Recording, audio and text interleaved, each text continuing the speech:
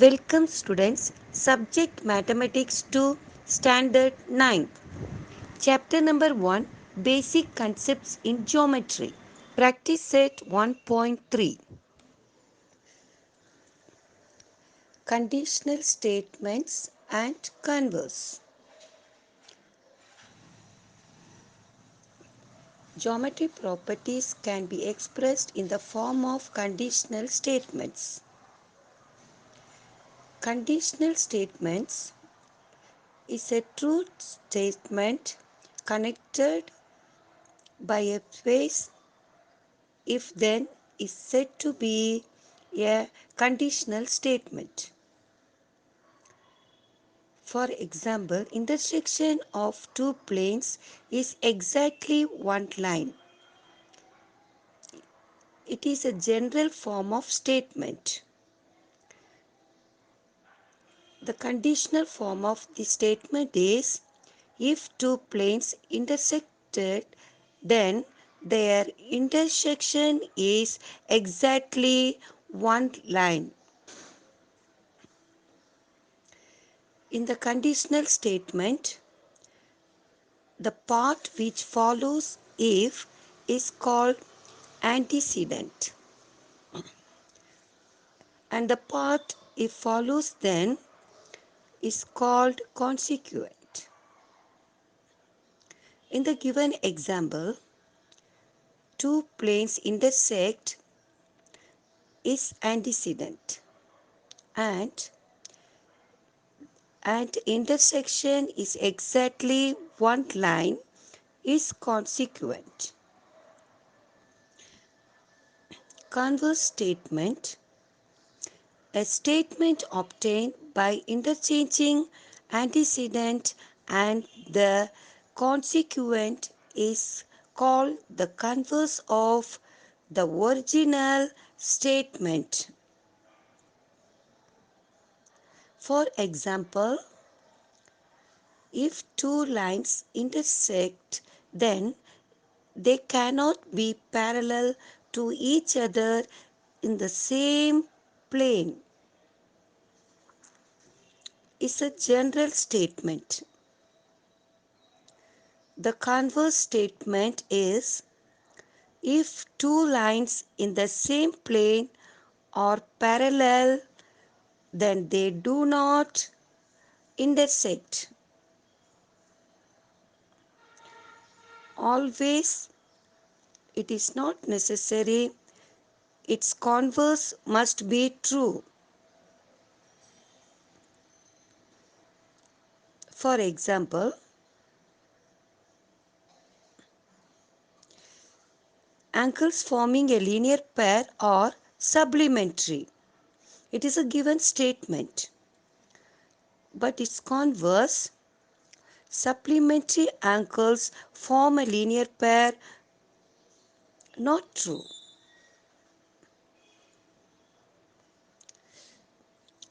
Before learning theorems, let us see what are theorems and proofs.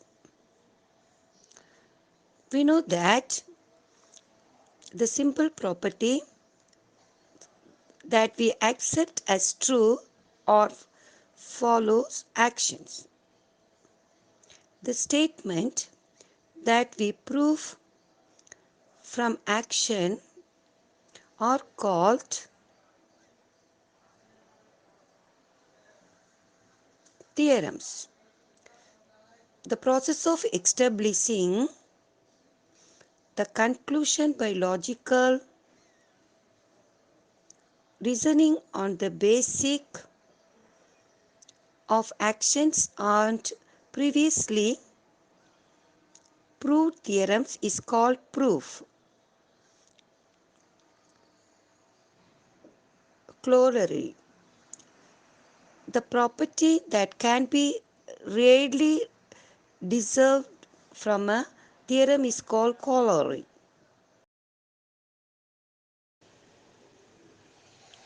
Proof: the logical argument made to prove a theorem is called its proof. Proof: there are two types: direct proof, indirect proof. We will study the example of direct proof. Theorem: if two lines intersect each other, then the vertically opposite angles are congruent. It is given line AB and line CD intersect each other at point O. We have to prove angle AOC is congruent to angle BOD and angle BOC is congruent to angle AOD.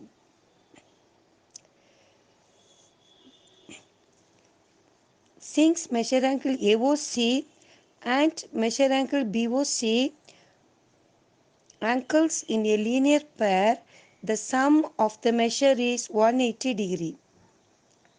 Therefore, measure angle AOC plus measure angle BOC is equal to 180 degree. Similarly, measure angle BOC plus measure angle BOD is equal to 180 degree. Since angles in a linear pair, so we have measure angle AOC plus measure angle BOC is equal to measure angle BOC plus measure angle BOD. By cancelling measure angle BOC from both the side from 1 and 2, we get measure angle AOC is equal to measure angle BOD. Therefore, angle AOC is congruent to measurement of angle BOD. Similarly, we can prove that angle BOC is congruent to angle AOD.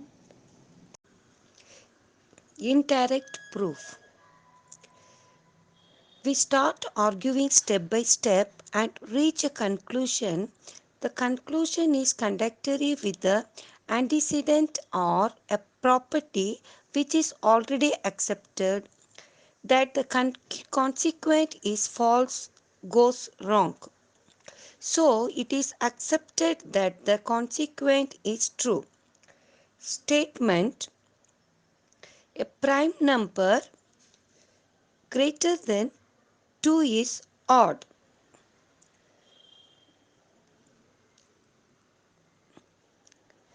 P is a prime number and P is greater than 2, then it is an odd number. The statement in if-then form can be written as: if P is a prime number, P is greater than 2, then P is an odd number. That is a statement. The statement after if is taken as the given information.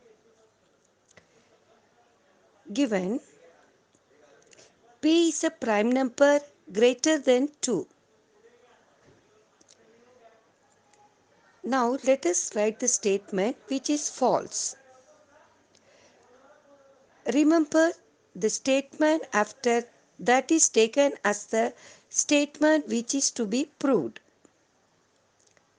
So, to prove P is an odd number. Proof. Let us assume that P is not an odd number. If means P is an even number. Therefore, P is divisible by 2. But it is given that P is a prime number greater than 2. Prime number are divisible only by 1 or itself only. Therefore, P is divisible by 1 or P itself.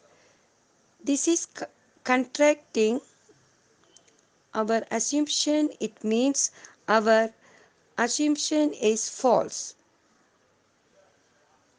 Hence, it is proved that P is a prime number greater than 2, then it is an odd number. Practice set 1.3. Write the following statement in if then form. 1. The opposite angles of a parallelogram are congruent. Answer. If the quadrilateral is a parallelogram, then its opposite angles are congruent. 2. Diagonals of a rectangle are congruent. Answer. If the quadrilateral is a rectangle, then its diagonals are congruent. 3. In an isosceles triangle, the segment joining vertex and midpoint of the base is perpendicular to its base. Answer. If the triangle is an isosceles triangle, then the segment joining vertex and midpoint of the base is perpendicular to its base. Question number 2. Write the converse of the following theorems. 1.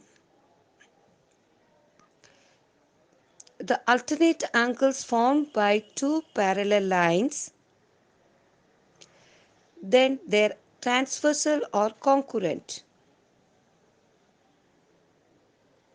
Converse. If two lines are intersected by a transversal and a pair of alternate angles are congruent, then the lines are parallel. 2. If a pair of the interior angles made by a transversal of two lines are supplementary, then the lines are parallel. Converse. The If two parallel lines are intersected by a transversal, then a pair of interior angles are supplementary. 3. The diagonals of a rectangle are congruent. Converse. If the diagonals of a quadrilateral are congruent, then it is a rectangle. Thank you.